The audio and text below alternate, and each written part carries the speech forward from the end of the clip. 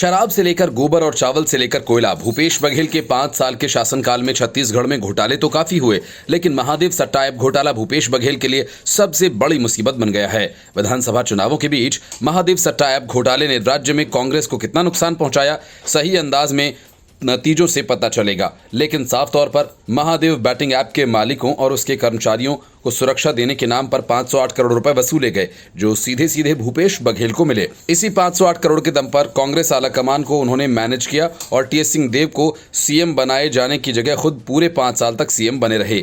लेकिन सुरक्षा के नाम पर की गई इस वसूली का भांडा जैसे ही फूटा, ईडी ने भूपेश बघेल पर गिरफ्तारी की तलवार लटका दी। बघेल की इस हालत पर बीजेपी नेता हिमंता बिस्वा शर्मा ने कहा कि बघेल को पता चल गया कि गिरफ्तार किए जाने के बाद उन्हें जेल की बैरक नंबर 75 में रखा जाएगा, इसलिए वो 75 नंबर की चर्चा इन दिनों कर रहे हैं। असल में बघेल ने कांग्रेस के 75 सीटें जीतने की भविष्यवाणी की है। बैटिंग ऐप मामले को लेकर बघेल ने कहा कि महादेव बैटिंग ऐप मामले पर छत्तीसगढ़ में मार्च 2022 से कार्रवाई की जा रही है। 90 से ज्यादा एफआईआर दर्ज की गई हैं और 450 से ज्यादा को गिरफ्तार किया गया। मुख्यमंत्री ने कहा कि बैंक खातों में 16 करोड़ रुपए की रकम, लैपटॉप और मोबाइल जब्त किए गए हैं। हमने लुकआउट सर्कुलर भी जारी किया और अन्य राज्यों महाराष्ट्र, गोवा और ओडिशा में भी कार्रवाई कर रहे हैं।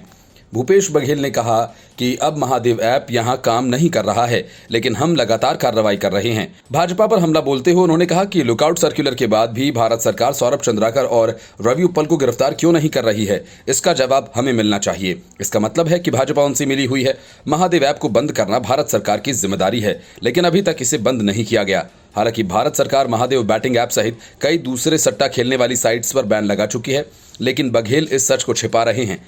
असम के मुख्यमंत्री हिमंता बिस्वा शर्मा ने महादेव बैटिंग ऐप घोटाला मामले के सिलसिले में छत्तीसगढ़ के मुख्यमंत्री भूपेश बघेल पर हमला बोला और कहा कि भगवान महादेव उन्हें नहीं बख्शेंगे, इनसे एक एक पैसे का हिसाब मांगेंगे।